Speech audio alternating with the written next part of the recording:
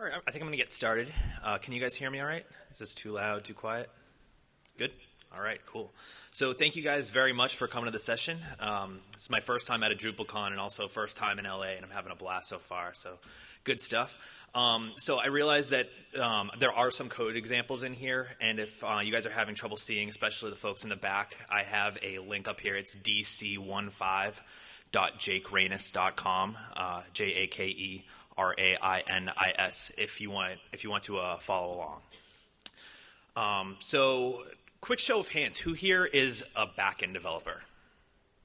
All right, cool. What about a front-end developer? All right, cool. And then who here is not a developer? All right, a couple guys, cool. Everyone's welcome.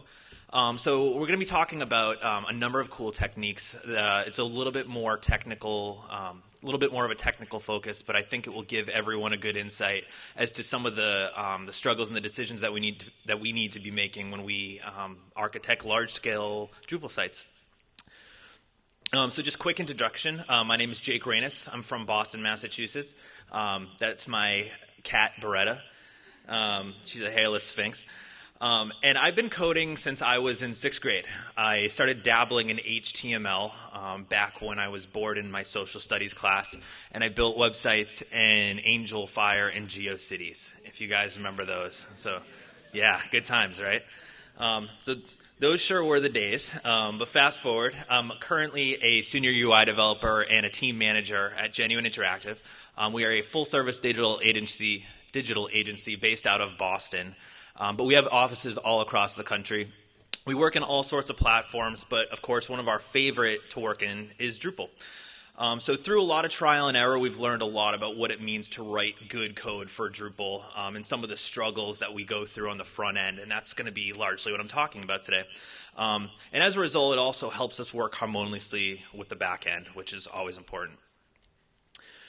So I think we all know that the secret to good web development is to write code that doesn't suck, but how do we actually do that? Today we're going to focus on 3 goals that allow us to do that. The first is going to be to figure out how we're going to write our code logically in an organized way that allows us to scale and have portable code. We're going to want to figure out how to write our code semantically so it's understandable to our fellow team members, as well as ourselves down the line when we need to revisit these sites and figure out, what the heck we were doing when we were working on it. And then also, we want our code to be dry, which is an acronym for don't repeat yourself. We want to write our code once, and we want to do it efficiently. We want it to be bloat-free. So what we'll actually cover before we get into good practices, we'll talk about the importance of abstraction, talk about the philosophy of why it's important to break up our code for reuse. And then we'll talk about CSS patterns, which will allow us to architect our code in an organized way. We'll explore Block-Element-Modifier syntax, or BEM syntax, as some of you guys might know it, which is a way to write semantic classes.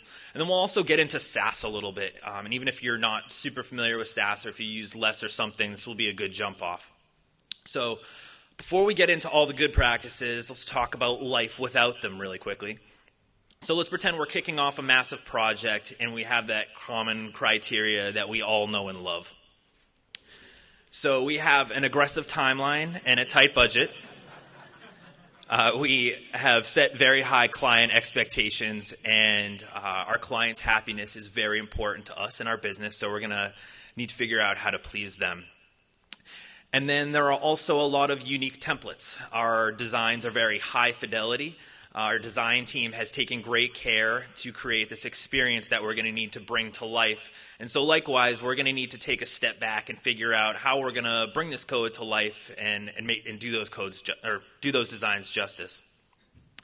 And then as usual, the team is going to have various degrees of experience. We'll have some developers who are going to know how to take direction, and we'll have some they'll need a little bit more direction, and we'll also have developers who are going to know how to take the reins. But regardless, we're going to need to figure out how to have our team work effectively together. And the last piece of criteria, it's also responsive, but I didn't need to tell you that because all sites are nowadays. So given the current scenario, one of the first problems you might run into if you don't have a plan in place is where do you actually start? I know for our team, a lot of our projects start with static templates. So I'm going to be writing markup. I may say, all right, I'm going to start on the home page, you start on the inner page, or I'm going to work on this component, you work on that component. But unfortunately, forcing this approach just doesn't work. We're dividing and conquering, but dividing and conquering isn't quite enough. And if you divide and conquer without a solid plan in place, you're already going to set yourself up for a big headache. I love that GIF. So without a plan, team members, straight from the get-go, you're going to be dividing their responsibilities. They're going to be working in their own isolated bubble, and this is never good, right? Because when they're isolated, there's no real sense of organization. If you're not using partials, if you're not breaking out your code into different files, if you're working in one style sheet, you're going to be screwed. So you should never do that. But developers are going to be building a piece from top to bottom. So I may be working on one layout, someone's working on another layout. There's going to be one piece that I'm building that perhaps that other developer could use, or vice versa. And we're not going to know about that because we're working separately. We'll be forced to come up with our own naming conventions, our own organizational patterns, and it will just quickly become a mess. Worst part, no concept of a bigger picture. The code and the code's authors are isolated. So that's not to say that we can't get to launch that way. We can build a website this way. It has been done. I know that I've done it in the past. You got to start somewhere. But when you get to launch, unfortunately, that's just not really the end of the project. We all think of it as the end of a project, but it's really just the very first milestone. So websites never really go away. We're stuck with what we wrote. And I'll be surprised if any developer in here doesn't have at least one of those websites that you're stuck with years down the line, performing the monotonous maintenance tasks and whatnot. I know we have a lot of those. I think every big company does. And one of the problems that comes up here is when you have a big team and you have new developers coming on, you have new websites launching, you're going to need, or rather, what is the likelihood that the same developer that built that website is going to be working on that website for its entire life cycle? For us, that's never the case. Our team grows, the amount of websites we do grow, and then the websites that we launch eventually go into a maintenance retainer of sort. So we're going to need to bring a new developer on at some point. And when a new developer comes on, this is where things get worse, because here's what happens. We have the developer set up and explore the file structure. They have to try to figure things out, figure out what's going on, and this takes time. And unfortunately, time is money. And then once they get the project set up, they're going to realize that there's no real system or plan in place. So they're going to start to do it their own way. And as more developers come onto this project and go off of this project, there's going to be this really clear lack of ownership and responsibility. And that's unfortunate, but it's the reality of things, because when someone is going to come onto a project for maintenance, they're going to say, all right, I want to get in and out of this as quickly as possible. I have a lot to do today, and this is not my project. I'm not responsible for this code. I'm just responsible for this one little piece, this task that I'm going to do today. And then as new fixes or features get added on, old stuff breaks. It's like a Jenga tower. It's spaghetti code. Things are strung together, and it really just becomes a mess, and it's no fun for anyone to work on.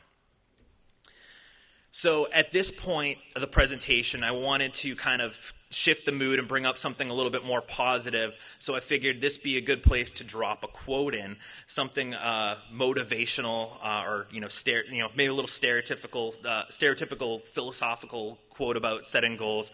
I got on Google and I found this one by this guy named Charles DeLint, who is actually just a Canadian young adult fantasy fiction writer. Not super applicable to web development, but it resonated with me. So the road leading to a goal does not separate you from the destination. It is essentially just a part of it. And if you think about that in the context of web development, it actually really is applicable to what we do. Because when we set out to develop something, we generally have an end goal in mind, and this end goal is usually launch. We dream of it being awesome. We think of all the hard things that we need to do to get there. We work hard to get there, and then we can rejoice in our victory, right? But if that hard work isn't good, then we don't actually achieve our goal. We've been short-sighted. We haven't actually thought about what is going to happen with that website after it launches. So if we're not actually traveling that road to Charles de Lint's destination the right way, then we're actually failing. So we need to figure out how to do it the right way. And that brings us to our first goal. So our code must be logically organized in a way that allows us to scale and reuse. But how do we actually write this code to reuse? So what is reuse? I've said it like 50 times now. What does it mean in web development? To me, it means finding common patterns and reusing them.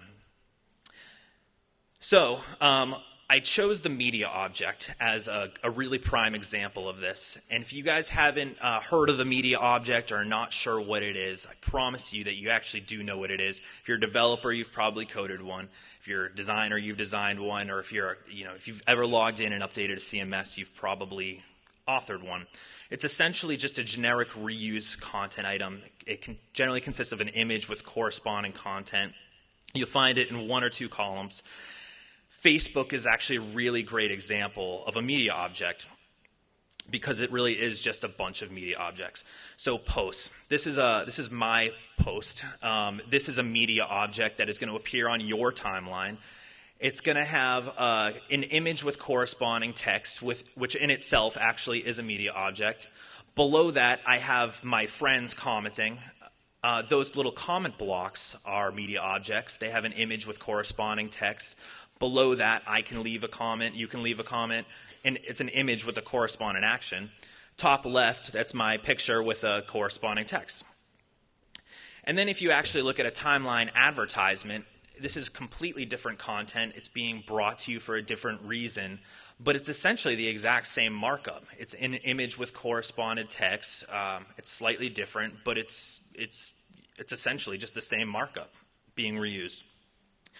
And then on the right side of the timeline where you have all those irrelevant ads from the thing you looked at once on Amazon, this is the ab roller that I looked at once when I went to grab this screenshot to work on my beach body. But again, this is just corresponding text with an image, right?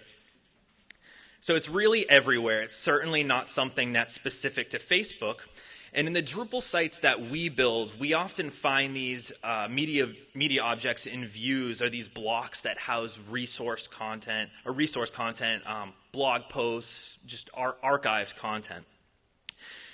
And these different media blocks throughout a website can house unique content, and they can have different aesthetic treatments.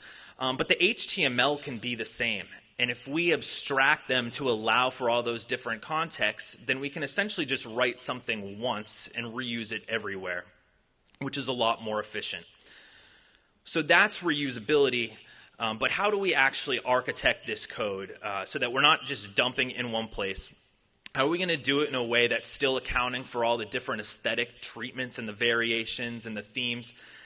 And then how are we also going to do it in a way that makes sense to our team members? We're going to use a robust pattern-based system.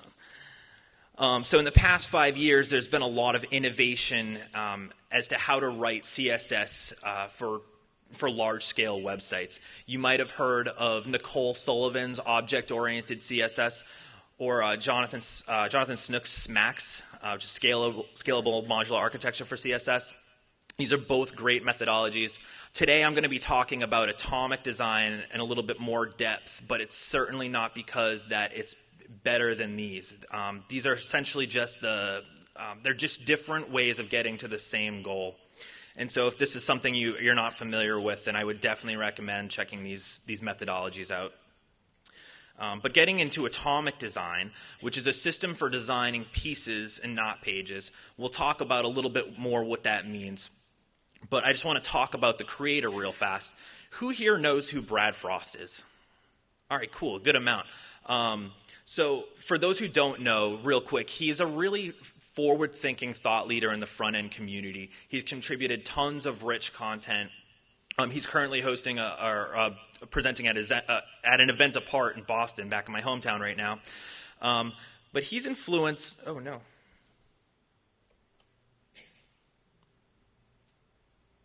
Sorry about that. I think it's coming back.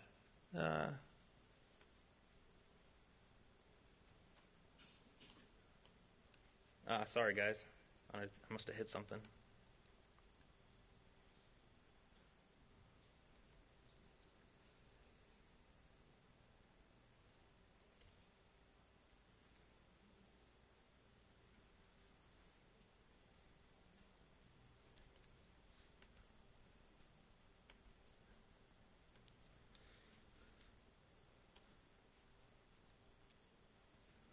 Lost my notes too. Ultimate fail.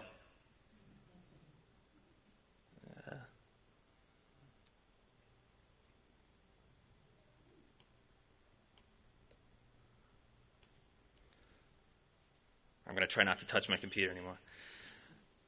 So, searching for inspiration and parallels, I kept coming back to chemistry, the thought that all matter, whether solid, liquid, gas, simple, complex, etc., is comprised of atoms, and those atomic units bond together to form molecules, which in turn combine into more complex organisms to ultimately create all the matter in our universe, which is pretty deep. And so this explains the name and outlines some of the patterns that you'd be using in atomic design. Your styles would be broken down into these 5 parts, which you would theoretically organize methodically into Sass partials. So starting from the ground up, the very smallest bits, these are atoms. And these are the smallest building blocks that are going to make up your website. So by themselves, they're not going to have much context. They're going to be sprinkled throughout. And they shouldn't have much context because they should be agnostic to their parent components.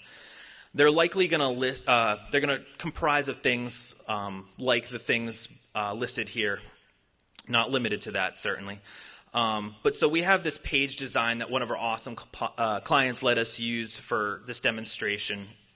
And we take a look at this design and we say, all right, how are we going to actually break this apart if we're going to do it atomically?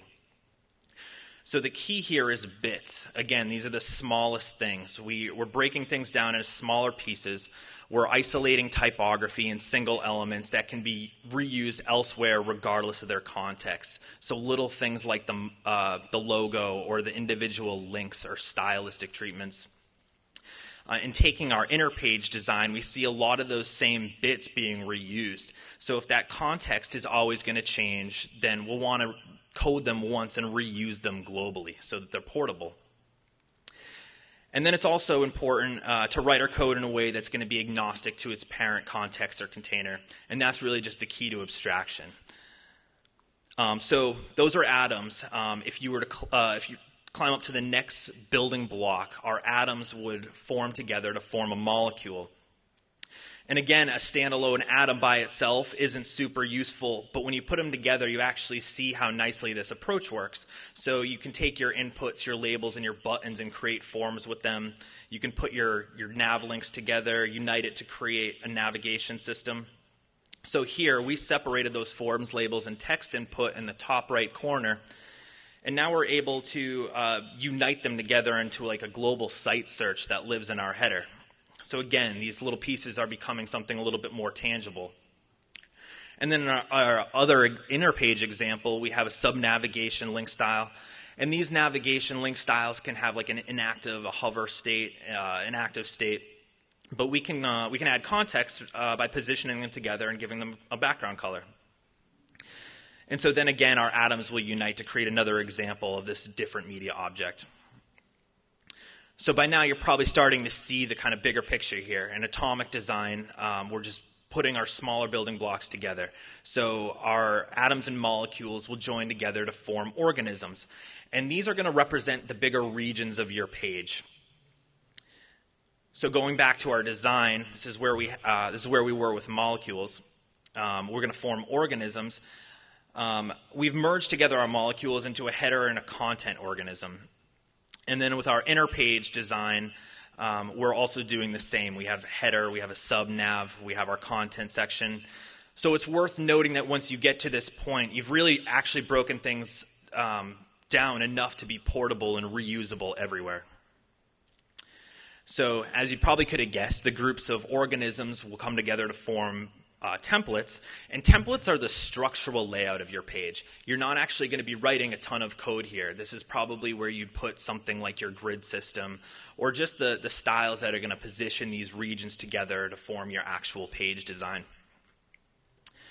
So then the last piece, pages, which are really similar to templates, but not to be confused, they're meant to be variations of these layouts. So what would your website look like if you were logged in versus logged out? Is your header going to have different components in it if you're logged in? What does a site search look like if it has 10 pages of results and warrants pagination? What does it look like if it has just 2 results and doesn't warrant any pagination? And what does it look like if it doesn't have any results at all? So it's worth mocking up these variances to account for unexpected behavior. A lot of times our design team is not going to think of these more unique scenarios. And sometimes we don't think about them in development either until it really becomes a problem. So it's definitely just worth thinking about these things as early on as possible. And it's also worth noting at this point Pattern Lab. Patternlab.io is the website, which is created by Brad Frost, again, who is the creator of Atomic Design, and also a developer named Dave Olson. And Pattern Lab is not meant to be confused as a framework. It's a set of tools that are meant to help you construct your website in an atomic manner. So I actually put together a screencast today because I was not sure if I'd have Wi-Fi in here. And this is just a screencast of me clicking through a demo of Pattern Lab. So along the top left navigation, you have your little pieces starting with atoms and working your way up the chain. You can look at these elements just by themselves. You can look at an individual button. You can look at something that has a button in it once it becomes a molecule. And this makes a really, really great living style guide. We've done this for clients before, and they really enjoy it. It's kind of a newer tool, but it really helps us think. So again, pages, this is our regular home page. This is what it would look like with an emergency alert on it. So again, accounting for those variations. It's responsible. It has a small, medium, and large setting. You can also set an explicit setting. And it also has a disco mode, which in real time will make your page dance for you. So you can actually see it break down in real time. And once you start, especially I'm sure front-end developers can relate, once you actually start making responsive sites, every responsive site you go to, you want to check to see if it's responsive. So if Atomic Design is something that you're excited about, then I would definitely check out Pattern Lab. Very cool tool. So I really like Atomic Design. I think it's really cool. I hope you guys have a good understanding of it too. What's nice is that it really encourages good organization, that it helps with our scalability goal here. And it doesn't impose strict guidelines. It encourages good practices, but you don't actually need to follow these guidelines if you don't want to. At Genuine, we don't like to impose too many guidelines either, but at the same time, again, we have these developers, this big team of developers with different projects. These developers are coming on and off these projects, and so there needs to be some degree of standard so that we're not wasting a lot of time learning how each other code. So Atomic Design was a really good step in this direction for us, but when we introduced it to the team, a lot of questions came up. Things like, where should I define my variables? Where should I put my mixins? Or let's say I want to use a third-party script plugin for a carousel. Where do I put this vendor CSS if it comes with one? And then a question we all asked a lot, including probably mostly myself, is this a molecule or an atom, or is this a nucleus? But the problem is that there is no nucleus in Atomic Design. The scientific terminology wasn't super intuitive. And though I appreciate the terminology, I was never super fond of the metaphor. I didn't really do that great in chemistry. And so I always found myself double-checking. So it was these frequently asked questions that kind of led us to evolve the way we were using Atomic at Genuine. So this is a quick peek into what our common project style structure might look like. So we have our screen.css, which is compiled from screen.scss. Screen.scss is essentially just a bunch of imports for our various partials. And then we have these 6 folders, which you'll notice are numbered from the very smallest building blocks to the biggest. And you'll also notice that we've done away with the scientific terminology. So our atoms become pieces, molecules become components, and organisms become regions. And then finally, you'll also notice that we have these two extra folders, utility and core. And so what these are to us, utility is where we keep what we call the intangible bits. This is where we would put the mix-in code, or our font declarations, our variables. If we have vendor CSS, we'd put that here too. And this is code that you're going to use, but we call it intangible just because it's there, it's in the background, but you're not spending a lot of time interacting with it. You're just using what it's providing you. And then with core, this is where we keep our raw HTML styles. So if you were to strip all of the classes out of your website, what would it look like? How is the typography treated? We would generally break these apart into partials as we see fit. Things like forms, lists, and tables will generally warrant their own partial. But there's no rules here. It's just really to style that raw HTML, because we find that if we can get that stuff out of the way early on, we spend less time accounting for different variations down the line. So yeah, that's how we do it. I really love how easy and intuitive it is. It accounts for all the different situations that we've been in. It works well for our team. Atomic design may not work well for your team. Perhaps another system does. But the most important thing to keep in mind is that it's not the end-all answer. There's a lot of different ways to do this, to do organization, to scale your website. The most important part is that you just have a system that is going to work for you. So if you have a system that works for you, then we've accomplished our first goal, which is to organize our code in a way that allows us to scale and reuse. So let's move on to our second goal here and explore how we can use BEM syntax to write code for an unfamiliar developer. So again, BEM syntax, BEM is an acronym for Block-Element-Modifier. It was created by Yandex.com, which is a Russian search engine company. And it's essentially just a method of writing classes that are semantic, that make sense.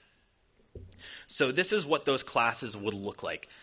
We have a block, and our block is essentially just going to encapsulate child elements. We have an element which is divided from our block with 2 underscores. And then we have a modifier which is divided from a block or an element with 2 dashes. So by itself here, that doesn't make a whole lot of sense. Let's take a look at a real-world example. So here we have a login form. This is just a common login form. Our login class on the form element is our block. We have child elements we have 2 labels, 2 inputs, and a submit button.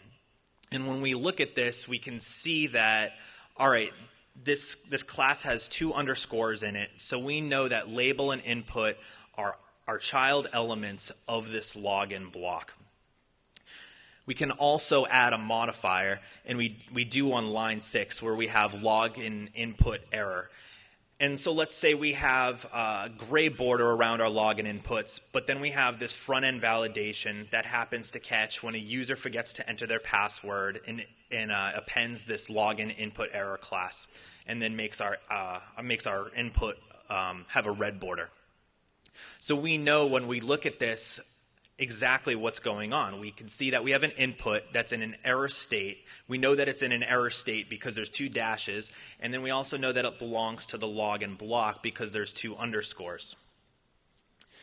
You can also modify a block. It doesn't have to be just on an element. So here we've put the entire form into an error state instead of just the input. So we have login error, or login -- error on the first line.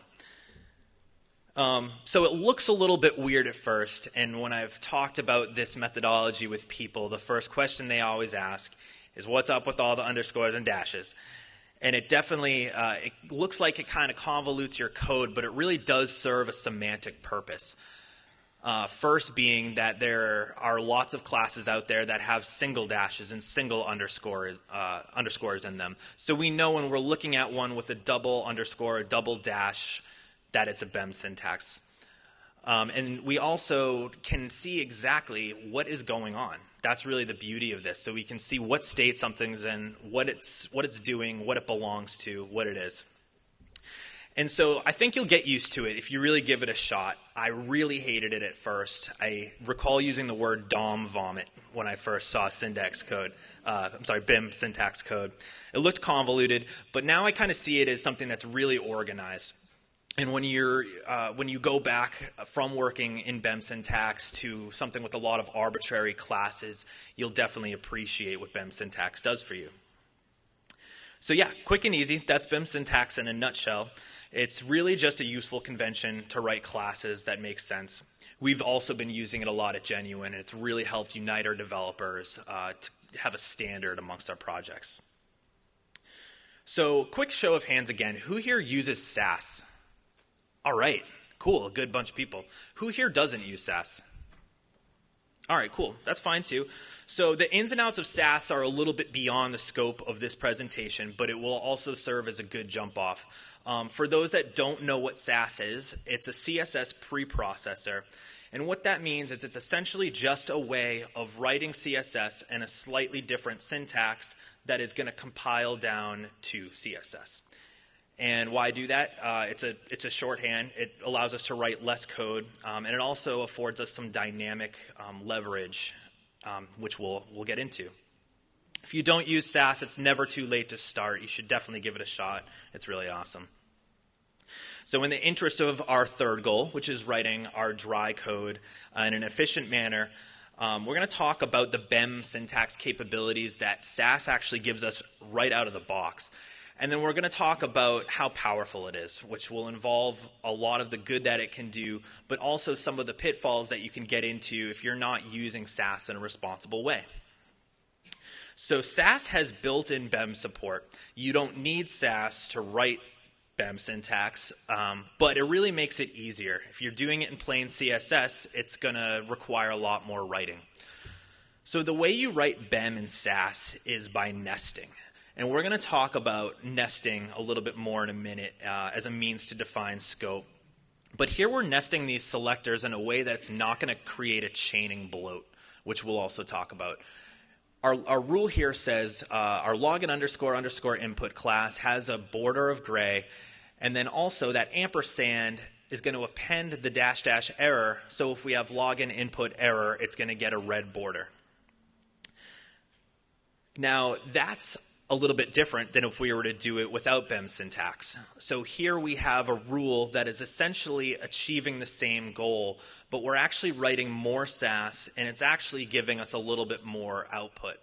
Because what we're doing is we're saying if we have the login input class, make it gray. If we have a login input that has it has a sibling class of login input error, then give it a red border. So you'll see down below we have login input dot login input error. I'm going to flash back real quick to the previous screen, and you'll see that that class is actually shorter. Not a huge deal in this context. We're only really saving a couple of characters. But if you're writing a really large-scale website and you have thousands of these all over the place, then you're going to end up with a much longer style sheet than you need. So one of the best parts of Sass is this ability to nest declarations as a means to define scope, but it's also one of the most dangerous. And if you don't do it carefully, then you can get an exponential output. Your code can multiply in a very unfavorable way. And if you've ever heard the word selector inception, that's what that means. So for example, here's some HTML, pretty standard block of HTML. We have this wrapper. We have some other HTML that's not pictured here. We have this sidebar region that has a user block, and then it has our login form from a previous example.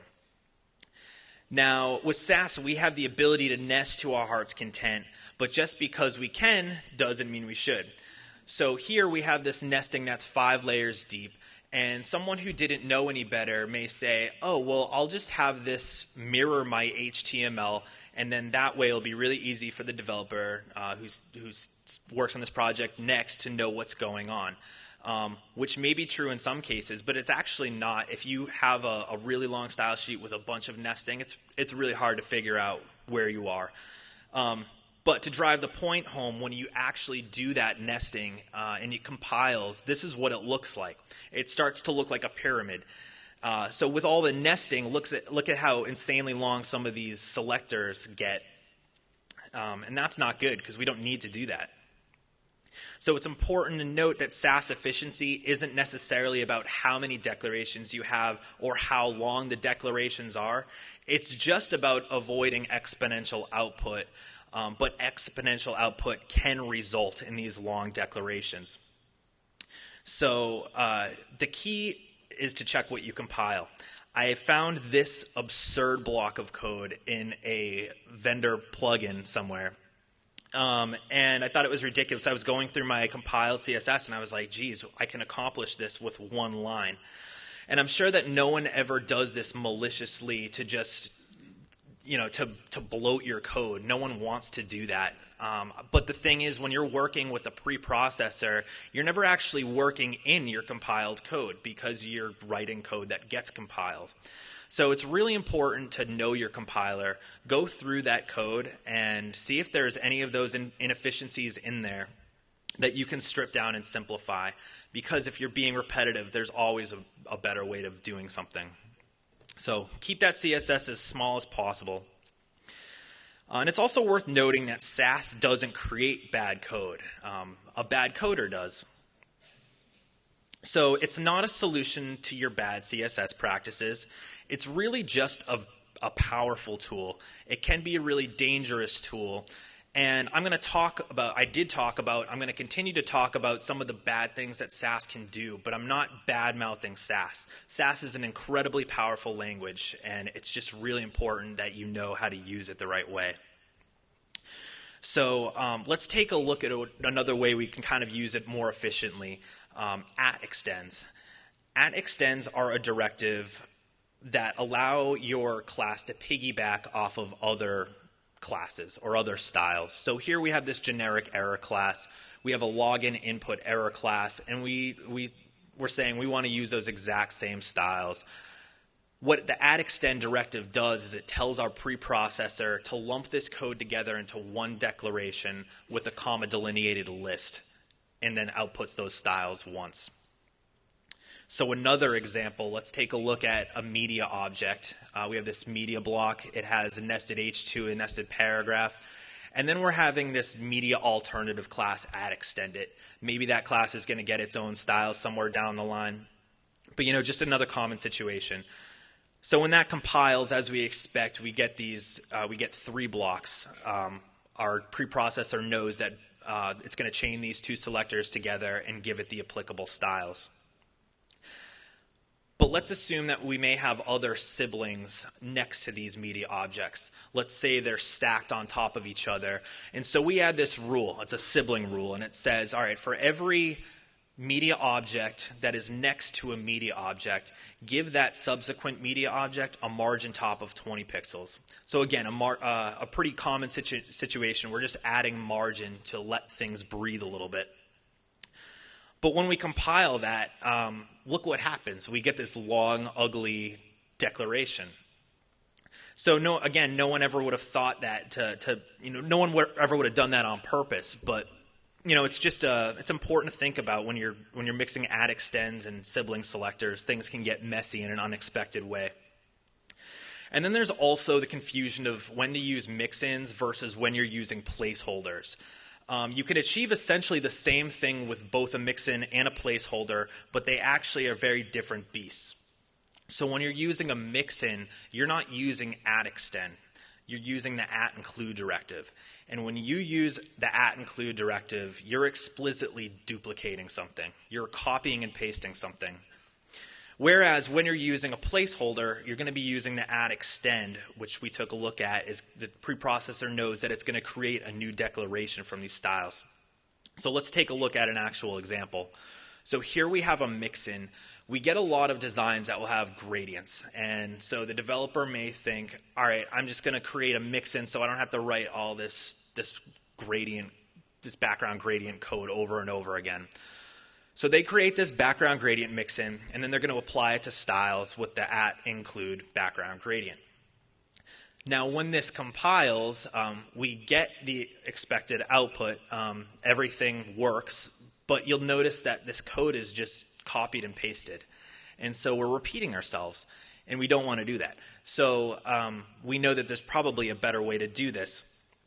And that's where a placeholder comes in. So here is the same example that we're trying to accomplish here. We have a background gradient. The syntax is a little bit different. It's prefixed with a %sign. And that tells our preprocessor that this is indeed a placeholder. And then instead of saying @include our mixin, we're saying @extend %background gradient, which is extending our placeholder mixin. And then when this outputs, again, our preprocessor knows to take these common styles, create a new block, a new declaration that is going to chain our selectors together and give them all the same styles. And then it will also leave the unique styles on those classes alone to have their own individual classes. So, cool. We've achieved half the output using a placeholder. We know that @includes duplicate and @extends will create this one new rule. So why use a mixin at all? And the answer to that is because mixins can have a dynamic output. And this is explicitly what you should use mixins for. So we had this background gradient, and it was the same background gradient that we were going to be using all over the place. So we should have used a placeholder. That was the way to do it. But what if we wanted our gradient to have a different output? Say we had a design that had different color gradients that were going in different directions. That's where a mixin would come in handy. So going back to one more example, this is what a mixin gradient that had a dynamic quality to it would look like. And you'll see it's starting to look like a function. So it takes arguments. So we have color 1, which is what our gradient is going to start at. We have color 2, which is the color that our gradient is going to gradate to. And then we have this optional direction as a third argument. We know it's optional because it has a colon prefixed with top. So we know that if we don't pass in a third argument, then it's just going to default to top. So when we call it below, we're saying @include gradient, and then we can pass it.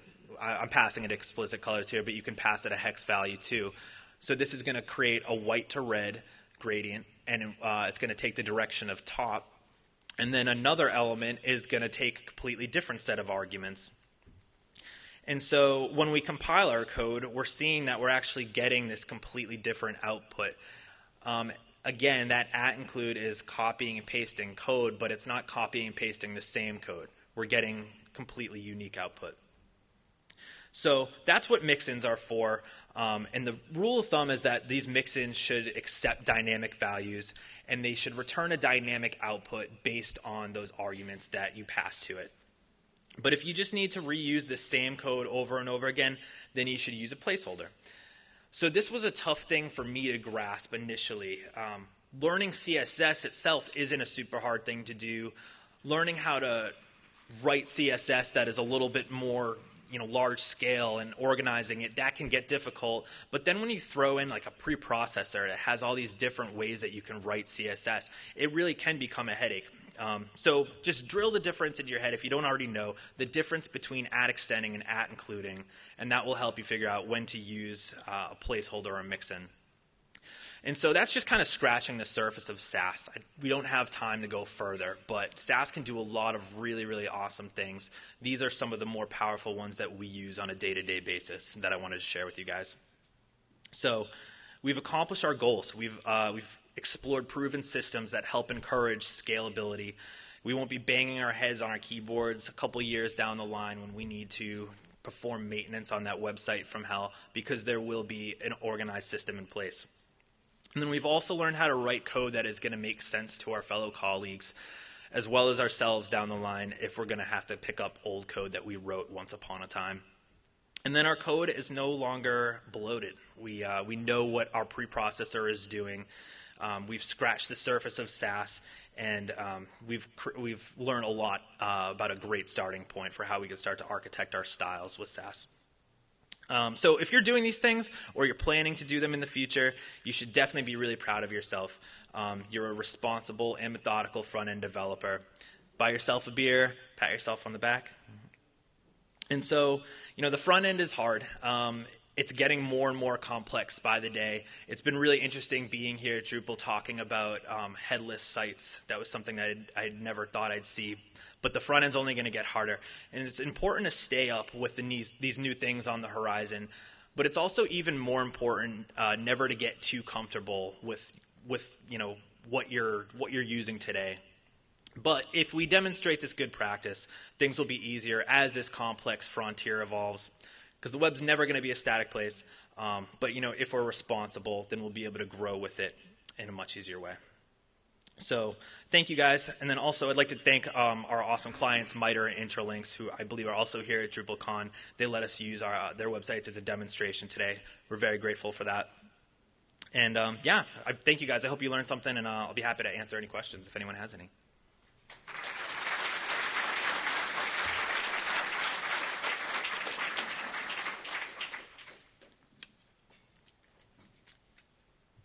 Sure. Just a couple of questions. One is, how do you do BEM with Drupal with all the classes you get out of views and everything else? And the other one is, are there any tools for analyzing your post-compiled CSS or mistakes or something? Great questions. So we figured there's so many class names, right? Why not just add more and make longer ones? So with Drupal and the classes that it gives you, it's definitely difficult. There isn't a way right now to get Drupal to output classes in this way. The way that we do it in the company that I work for will often take time to strip out a lot of the unnecessary classes, or we'll just work with them there.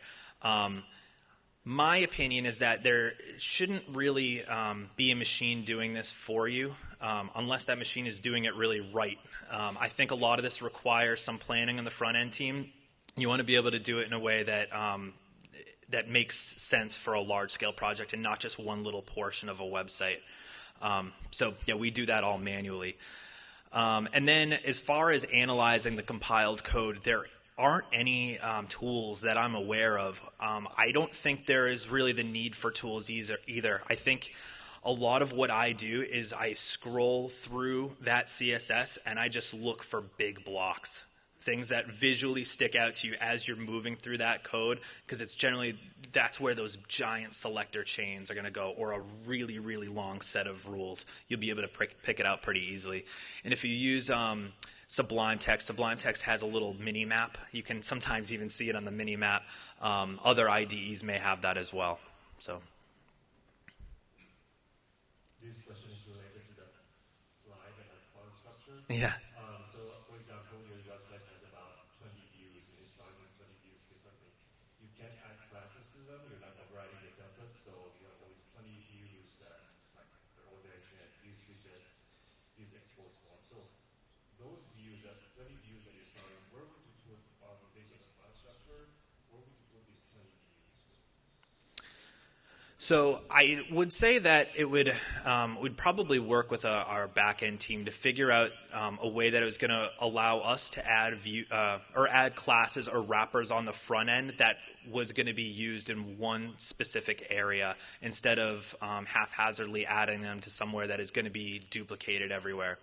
A lot of our views, if a view is doing the same thing in a bunch of different places on the website, and it's always looking the same, then we can use those classes. But if it's going to look different or serve different content, then chances are it's going to have different classes. So that is generally enough for us to target what we need to do to accomplish our goal on the front end. Does that answer the question? No. So you can't really add classes to them, for instance, and so you have 20 views that have like generic built-in classes already. Mm-hmm. I guess my question is, assuming that you can't add classes to them, because let's say the design does not call for overriding concepts, and you can't add classes to them. And so you have 20 views that are all, maybe the exposed forms are on top, and another view is the exposed forms are on the left. And so you're stuck with that code. Right. And so the ultimate question is, where would you put these views, CSS files? It's based on the file structure. You have regions, because you have region, you have components. I don't know that if it's a component, but then if it's a component, then you have like 20 views, 20 files of those views. So where would you put them in the file structure? Gotcha. Okay. So in regards to the lack of control to the markup, the BEM syntax is an ideal, or being able to add our own classes is obviously ideal. Where it can't be done, then it just can't be done. I mean, it's not always going to be a perfect, ideal situation. It's a helpful pattern when you can do it. Unfortunately, in a situation like that, you may just be stuck with the markup that you have to work with. As far as where that organization would go into your code, I would say that it would probably either go somewhere between the components and the regions layer, like you said. I would prefer to break things down, like if there was going to be, let's say we have a view with a couple different media objects in it. Not all those styles are going to live in any one of those folders. We may have typography being handled differently, like a general layout that is going to space these things apart being handled differently. That may happen in the region section. And then for like a little individual piece of that view that is going to be repeated, we would probably put that in the components folder. It really differs from design to design, and the way that we're going to break things up is generally kind of a strategy that is going to be subjective to every website. I've seen like the use of Sass is very efficient for creating the components and creating then the rest of the process of the front-end development. But in this case, whenever I'm not a front-end developer, but whenever I need to do a little bit of maintenance on this kind of systems, I haven't seen an easy way to map, for instance, what you created or how it is the code that you wrote in the Sass components versus the style generated or compiled. How do you do that process through the browser? Like, is there any tool, kind of like the Fireball, that lets you see the line of code, but in this case, not necessarily the one that is in the CSS file, but in the Sass? So you mean like if you're inspecting the website in the browser to see how it goes back to? So there's a tool that you can use with Sass or Compass, which is a Mixin library built on top of Sass that allows you to use what you call source maps. And so that is a reference in this compiled CSS that references a map file that will tell your browser when you're inspecting this compiled code that when you inspect a style, that style is then mapping back to whatever partial that is responsible for defining that attribute. It takes a little bit of setup. It's probably not something you would ever do on a website that you're not working on yourself. And then also, just if you're compiling your CSS in a way that is ultra compressed into just one ugly block of code, then obviously that's not usable. But there are also other different formats in which you can compile your Sass to. So you can have one that outputs your CSS, and before every line it will say this line is from this file on this line. So you're looking at this compiled CSS, but that CSS has a reference back in an actual comment to where that partial is. All right. Thank you. Sure. Thank you. I'm one of the lead developers on coding for all of you that are using in Drupal 8, and all the things about not being able to change stuff in Drupal 7.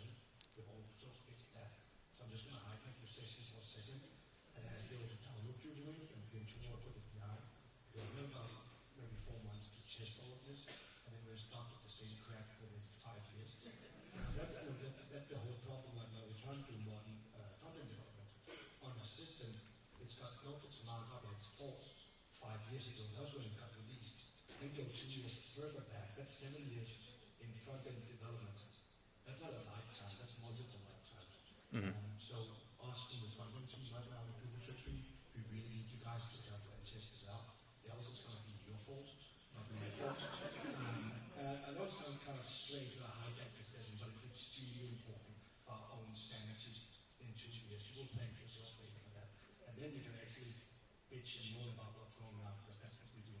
But thank you for coming with this atomic design. Yeah, I've never worked with that. And it's going to be interesting to actually have people now hammering on stuff using these technologies so we can figure out if we're doing it right.